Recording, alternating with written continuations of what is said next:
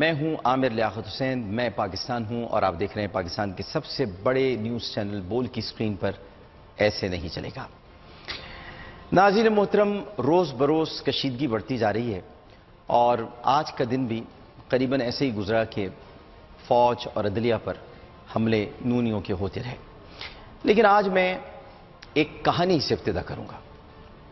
سمجھنے والے اس کہانی کو سمجھیں گے بھی، کیونکہ بہت گڑبڑ پھیلا رہے ہیں ایک صاحب۔ ہوا یہ ناظرین محترم کہ اگست 1990 میں F S C pre medical,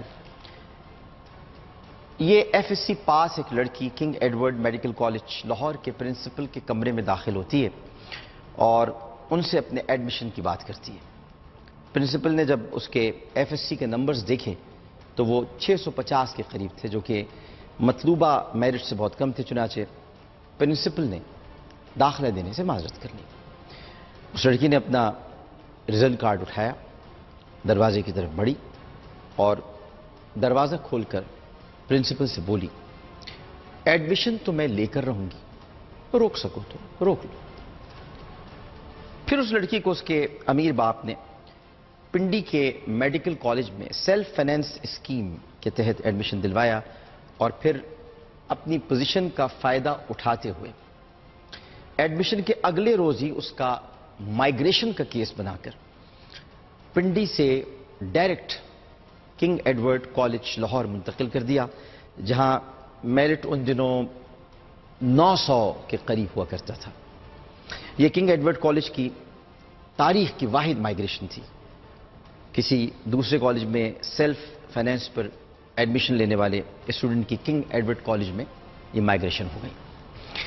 آگے بڑھتے، جنوری 1991 کی ایک سرد شام تھی۔ جنوری، لاہور، سرد شام۔ ماڈل ٹاؤن میں واقع ایک گھر کی اینیکسی میں اس لڑکی کا والد اپنے دفتری امور کے سلسلے میں ایک میٹنگ میں مصروف تھا۔ وہاں موجود ایک فوجی وردی میں ملبوس نوجوان اس کو پسند آ گیا۔ لڑکی نے اپنی والدہ سے کہا کہ میں اس سے شادی کرنا چاہتی ہوں۔ والدہ نے غصے سے، جیسے ہوتا ہے وہ گھروں میں، ڈانٹ کر چپ کروا دیا۔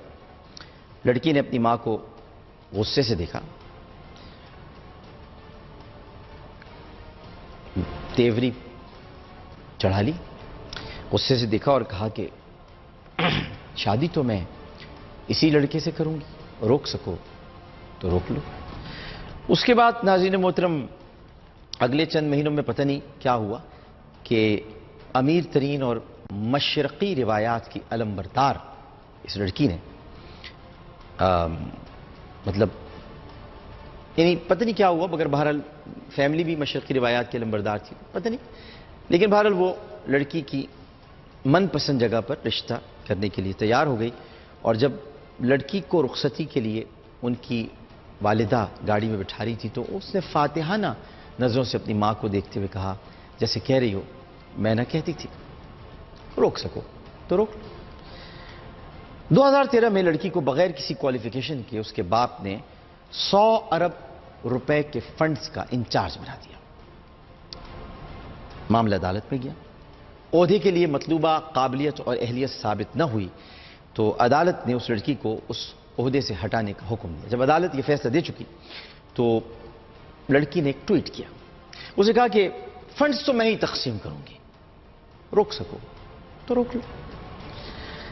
پھر اس کے وزیر اعظم باپ نے اسے پرائم منسٹر سیکریٹریٹ میں ایک مستقل دفتر دلوا دیا، جہاں وہ تمام وزراء کی درخواستیں وصول کر کے انہیں فنڈز جاری کرتی تھی۔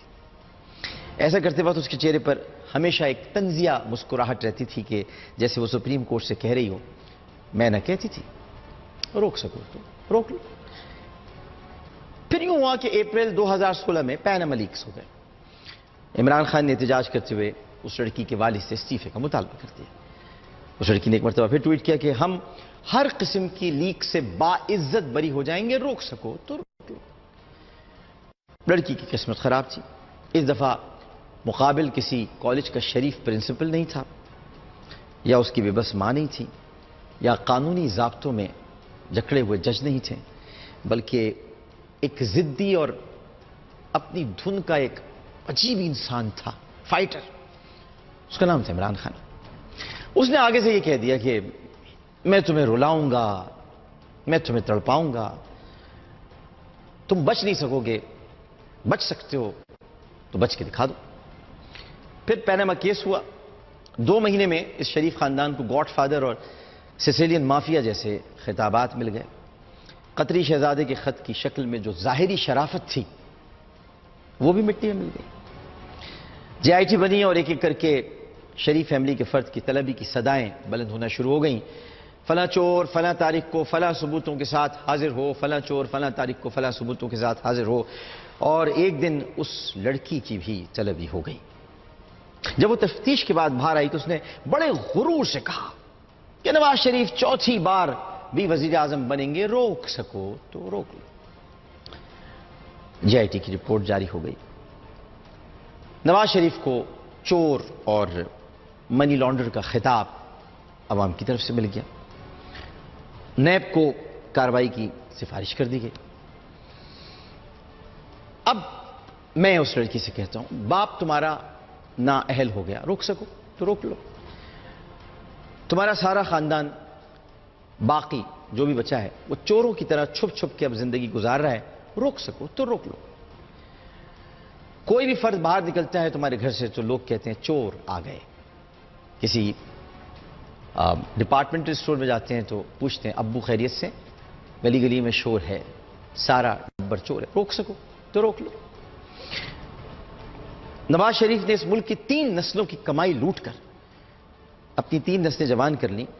اب شریف خاندان اور ان کی موجودہ اور آنے والی نسلوں کی جو عزت ہے وہ داؤ پر لگ گئی ہے، روک سکو تو روک لو۔